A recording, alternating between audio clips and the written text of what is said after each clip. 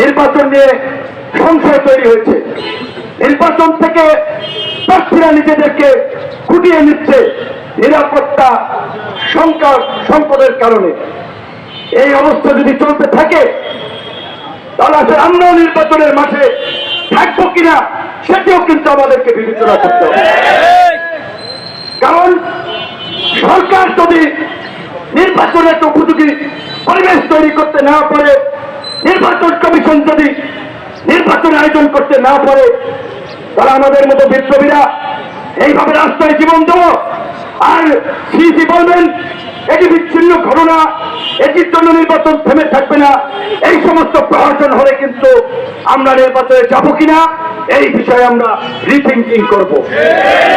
আমরা সরকার এবং নির্বাচন কমিশনকে বলতে চাই, অনতিবিলম্বে সারা দেশে সাহসী অভিযান চালিয়ে দুর্বৃত্তদের গ্রেপ্তার করে বন্দুকের লাইসেন্স দিয়ে আমাদের কয়জনকে নিরাপদ করবেন। এইভাবে নিরাপত্তা নিশ্চিত হবে না, গোটা দেশকে নিরাপদ করতে হবে। আইন শৃঙ্খলা বাহিনীকে ফাংশন করতে হবে। তাদের সঠিক নজরদারি প্রয়োজন, গোয়েন্দা নজরদারি প্রয়োজন।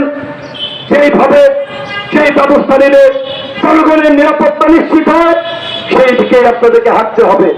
অন্যথায় আপনাদের দায় এড়ানোর সুযোগ নাই।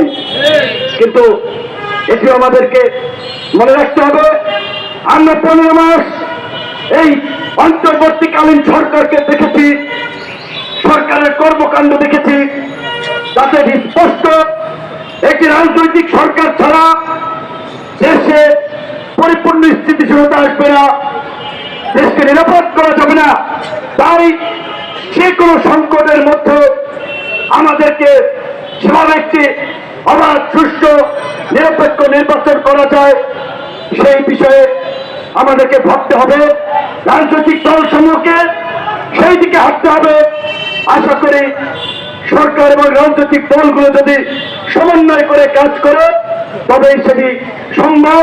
গণ অধিকার পরিষদের পক্ষ থেকে সবসময় সরকার এবং প্রশাসনকে আগামী নির্বাচনে সহযোগিতা করার জন্য আমরা প্রস্তুত।